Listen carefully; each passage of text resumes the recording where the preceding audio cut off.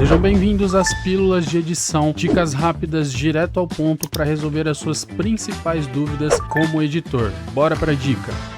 Já deve ter acontecido com você, de você estar editando um vídeo e a timeline fica puxando ele como se tivesse um imã, ou não puxa quando você precisa. Resolver isso é muito fácil, basta você vir aqui e desmarcar ou marcar o imã da faixa principal.